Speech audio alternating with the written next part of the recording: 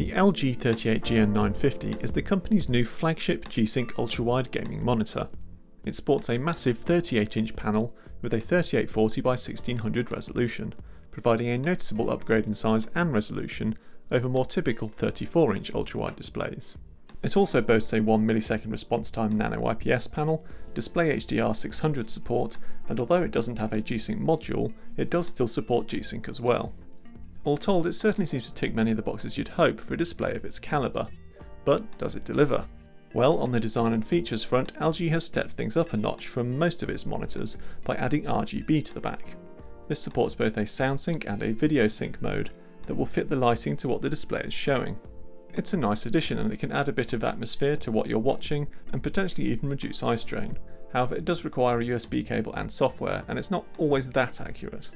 Elsewhere, the display is reasonably smart thanks to its low profile bezels and generally muted or black finish with just a few red plastic highlights here and there. It's certainly not particularly slim though, and due to the size of the screen and its curve, it has quite the footprint. Also, the stand, while it looks elegant, sticks out quite far, gobbling up desk space. What's more, like many of LG's other screens, it only offers height and tilt adjustment and not rotation. As such, I'd be inclined to take advantage of the 100mm VESA mount and use a monitor arm with this display. Thankfully, setup via the on-screen menus is effortless.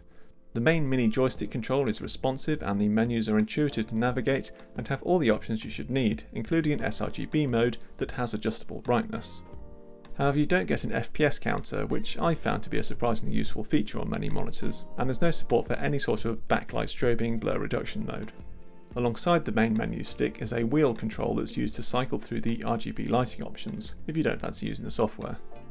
When it comes to connectivity, there's nothing too outstanding here. You get the standard single DisplayPort and 2 HDMI, along with a 2-port USB 3 hub and a headphone jack. You don't, however, get speakers nor indeed any extra physical features other than the RGB. Turning to the panel itself, and this is where the 38GN950 really shines. The step up in size and resolution from a 34-inch screen isn't game changing, but it's certainly nice to have, and with window management tools like those included in LG's software, it takes you one step closer to being able to ditch that second screen and have one screen to do it all. The panel uses LG's own nano IPS technology, and while sometimes it has proven to be a little low when it comes to contrast, here there are no such problems. It consistently delivered a contrast of around 950:1 in my testing, which, while not outstanding for an IPS panel, is a lot better than some of LG's previous nano IPS panels. As for other image quality criteria, this display is simply fantastic. Although I've only had the chance to test this one sample, it nonetheless arrived with near perfect calibration. Colour balance, gamma response, colour accuracy and colour range are all spot on too. What's more, switch from the wider colour gamut default modes to the narrower colour gamut sRGB mode, and it also delivers the goods, so you can comfortably use this display for all colour critical work right out of the box. And of course, because it's IPS, viewing angles are excellent, and although there is some IPS glow, it's no worse than any other IPS panel. All this, and the 38GN950 even does half decent HDR, which isn't something I've been able to say before about any other LCD monitor that doesn't employ hundreds of individual backlight zones and cost a ludicrous amount of money for its screen size. Here then you get display HDR 600 support. This requires the extended colour gamut that is now quite common on many other displays, but on top of this it also requires a peak brightness of 600 nits, whereas most typical displays top out at around 300 to 400 nits. And most importantly, it needs to be able to deliver that brightness while also showing a maximum black level of just 0.1 nits at the same time, for an effective contrast of 6000:1.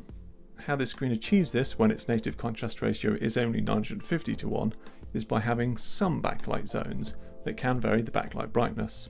And by some, I mean 8 of them. So yes, in effect, for most HDR content this display will just be running the backlight at the same brightness, resulting in that same 950:1 contrast. However, there might be the odd occasion where one zone might be able to shine a little dimmer or brighter. What's more, I measured the peak brightness of this display in HDR mode at 760 nits, so you really do get some dazzling bright flashes when called upon from frame to frame. Ultimately, it's not going to be the main selling point of this screen, but it is a step up from most pseudo HDR displays. Finally then we come to gaming, and here again the 38GN950 pulls away from so many alternatives. With a native refresh rate of 144Hz and overclockable to 160Hz, you get a nice upgrade in refresh rate over older 120Hz ultra-wide panels, and you also get LG's class-leading 1 millisecond response time.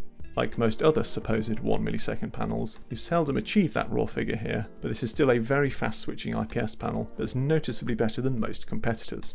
I don't have the test equipment to put a number to that claim, but LG's other similar panels have all been shown to have average response times of under 5 milliseconds, which compares to around 8 milliseconds for older 34-inch ultrawides, such as the Acer X34P. FreeSync and G-Sync are of course on hand too, so you get consistently smooth frame rates on both AMD and Nvidia graphics cards. All told then, the 38GN950 is a seriously impressive display. Its size and resolution are a nice upgrade over 34-inch panels, its 160Hz refresh rate and 1 millisecond response time are likewise a step up, and you even get vaguely decent HDR. It's a shame the stand doesn't offer rotation and you don't get many extra features, but neither of these are likely to be deal breakers for most buyers. There is one big problem though, which is the price. Although availability is scarce enough that it's hard to pin down an exact price in some places, it mostly appears to be selling for around £1,500 or $1,500 US.